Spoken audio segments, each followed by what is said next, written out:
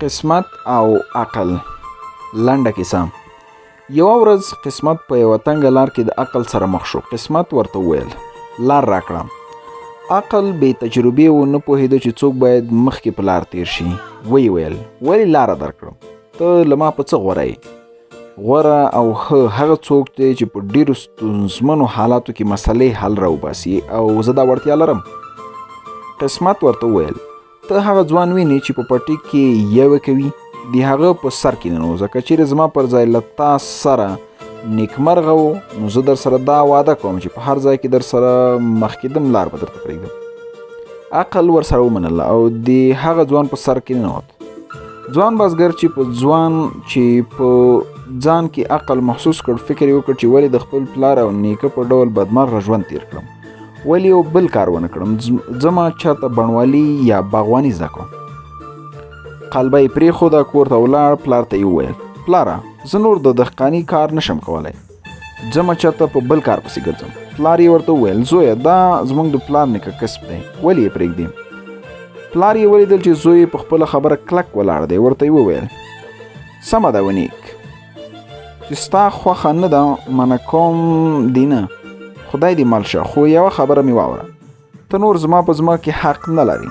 سر لننه وروسته ستا ورو د دې ځمکې واکدار دی. وینیک له ځمکې هم لاس ومینځه، په بې پروایۍ ترې رخصت شو. له یوه شاهي بڼوال نه یې د بڼوالۍ شاګردي شروع کړه. دی په بڼوالۍ کې دومره ځیرکه شو چې بڼوال ورته ګوته په غاښ پاتې و. ډېر زر یې ټولې تجربې زده کړې.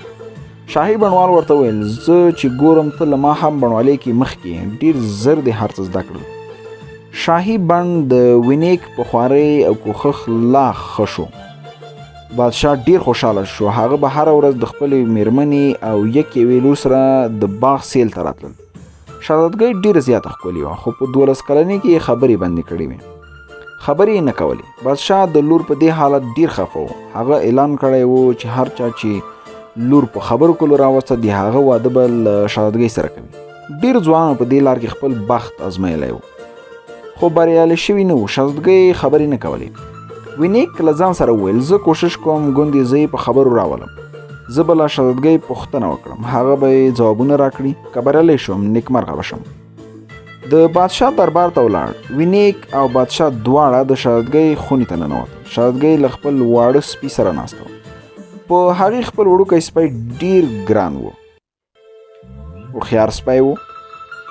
وینیک په ځای د دې چې د شهزادګۍ سره وغږېږي، د سپي سره یې خبرې پیل کړې. ما اورېدلې ته ډېر هوښیار یې.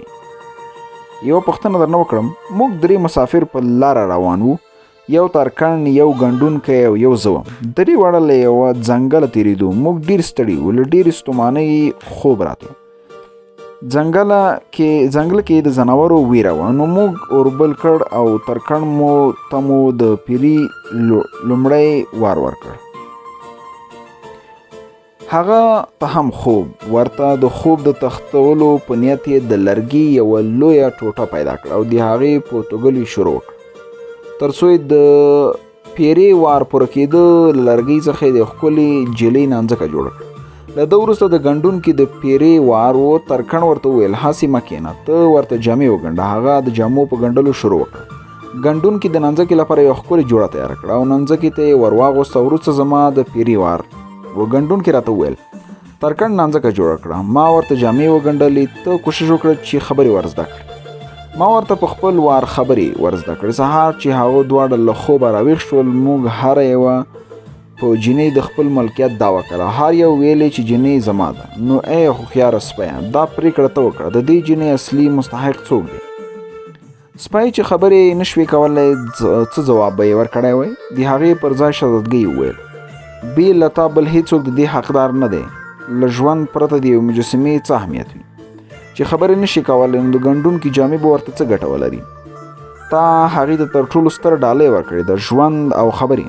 دا یوازې ستا حق دی. جینۍ باید تا ته درکړل شي. وینیک وخندل. ورته یې وویل ښکلې شهزادګۍ، تا خپله پرېکړه په خپله وکړه، ته اوس زما حق یې. بادشاه لومړی مرستیال وینیک ته وویل علي حضرت به تا ته ډېر انعامونه درکړي، ته شهزادګۍ په خبرو راوسته، خو له هغې سره واده نشي کولی. ته د هغې سیال نه یې، ته یوه خوار بزګر یې. بادشاه هم د خپل مرستیال سره همغږی شو. ویل هو ځوانه، ته زما له لور سره واده حق نه لرې. د دې کار په بدل کې به زه تا ته ډېر زیات انعامونه درکړم. وینیک انعام له سره نه پیژانده. په ادب یې پادشاه ته وویل اعلی حضرته، تاسو را سره ژبه کړې وه، که شهزادګۍ دې په خبرو راوسته واده به ورسره وکړي. تاسو بادشاه یاست، تاسې هره خبره د قانون حیثیت لري. که بادشاه له خلکو د قانون د مراعاتولو غوښتنه کوي نو بادشاه هم باید په خپله لوز او قول ودرېږي او د شهزادګۍ لاس زما په لاس کې راکړي. د بادشاه مرستیال چیغه کړه دا ګستاخ راونیسئ، ده ته د مرګ سزا ورکړئ. اعلی حضرته، بادشاه د وینیک د نیولو او جلاد ته د هغې د سر غوڅولو حکم وکړ. د بادشاه ساتونکو وینیک د اعدام ځای ته وروست. په دې وخت کې قسمت عقل ته مخ ورواړه. ویل تا ولیدل، ستا په ملګرتوب د بیچاره څه حال شو؟ د مرګ په تخته ولاړ دی، ته ترې راووځه چې زه ورسره ملګری شم. قسمت چې د وینیک سره یو ځای شو، د جلاد په لاس کې توره ماته شوه. مخکې تر دې چې بله توره راوړي، شهزادګۍ د اعدام ځای ته راورسېده. پلار ته یې وویل پلاره، وینیک رښتیا وایي، ته خپله وعده پوره کړه، وینیک پر ما حق لري. بادشاه د لور خبره ومنله. وینیک یې آزاد کړ. بیا یې په شاهي لباس کې دربار ته وروست. خپل مرستیال ته یې د اعدام سزا ورکړه چې ستا پرېکړه له انصافه لرې وه. د وینیک او شهزادګۍ په واده کې عقل هم و، خو کله چې وکتل قسمت هم ناز دی، عقل ترې پښې سپکې کړي. اوس چې هر ځای کې عقل او قسمت مخامخ کېږي نو عقل ورته مخکې لار ورکوي چې قسمت لومړی تېر شي. نو دغه کیسې ته په کتو تاسې په خپله تصمیم ونیسئ. اول تصمیم عقل ونیولو چې زه بزګري پرېږدم او زه به داسې یو څه کوم چې هغه مختلف اوسېږي تر څو ما کامیاب کړي. هغه لاړو یو داسې کسب زده کړ چې هغې په وسیله یې بادشاه راجذب. هغه کسب بیرته ده ته بیا پوهه او عقل یو نظر یې ورکړلو، یو ایډیا یې ورکړله چې ته لاړ دې شي هلته د هغه جلۍ ته د خبرو باندې دې راولي.